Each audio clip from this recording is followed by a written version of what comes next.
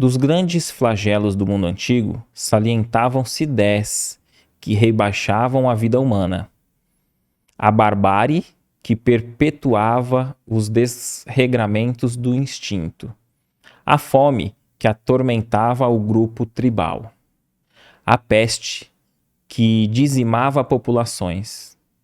O primitivismo, que irmanava o engenho do homem e a habilidade do castor. A ignorância, que alentava as trevas do espírito. O insulamento, que favorecia as ilusões do feudalismo.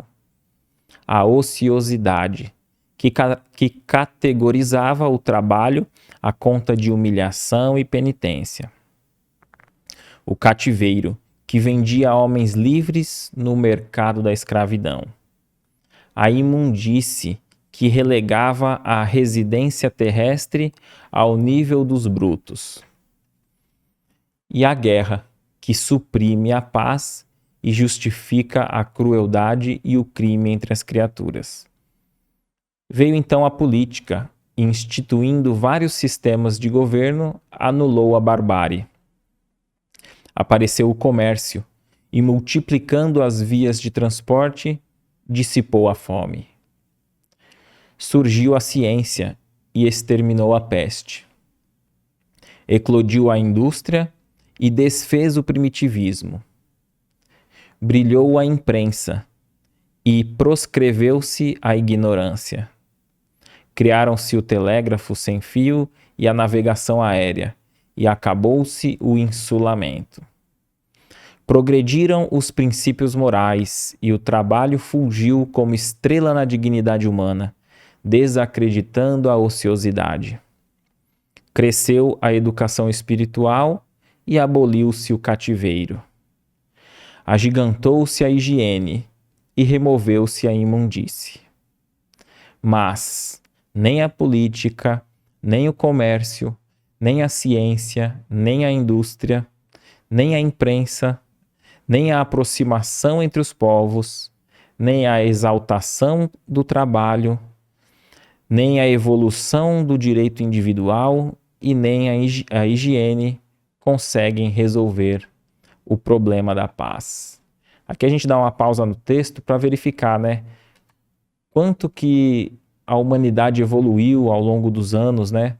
Falando sobre os 10 flagelos do mundo antigo.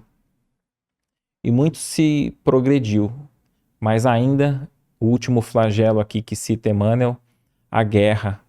Esse ainda a gente continua a observar. Tanta guerra entre nações, povos, e nos faz perguntar, né? Qual a causa que leva o homem à guerra? Por que Deus permite a guerra? Será que um dia a guerra vai desaparecer do planeta Terra? E os benfeitores espirituais respondem essas perguntas para Allan Kardec no Livro dos Espíritos, dizendo que a causa que leva o homem à guerra é a predominância da sua natureza animal em comparação à natureza espiritual. É o desregramento das paixões, para a satisfação dessas paixões. Então, o homem antigo, ele ali no seu estado de barbárie, ele não vê outro direito que a não ser o direito do mais forte sobre o mais fraco, da força, do duelo. E nós vamos observar isso, mesmo hoje em dia, em pessoas com esses instintos mais primitivos, como verdadeiros bárbaros. Até pouco tempo, nos presídios, a gente via relatos, né, de que, não tanto agora, né, porque os próprios líderes do governo, o próprio Estado, a polícia, nunca permitiu esses duelos, né, de uma forma liberada ali. Mas as facções proibiram, de um tempo para cá, as facções proibiram esses duelos diretos.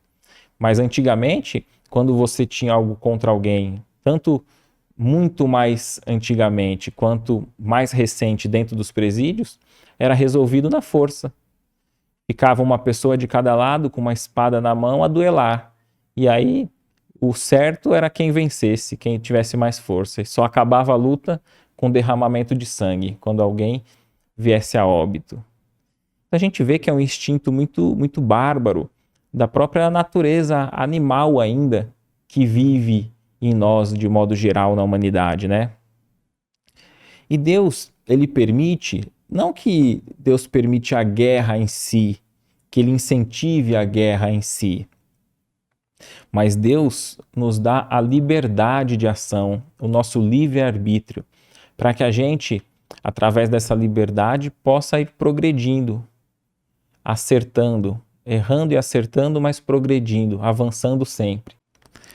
O que você achou desse corte? Coloca aqui nos comentários a sua opinião sobre esse tema. Para ver o episódio completo, é só pesquisar Recomeçar Podcast Espírita. E caso tenha ficado alguma dúvida sobre a doutrina espírita, é perfeitamente normal. Procure ler as obras de Allan Kardec.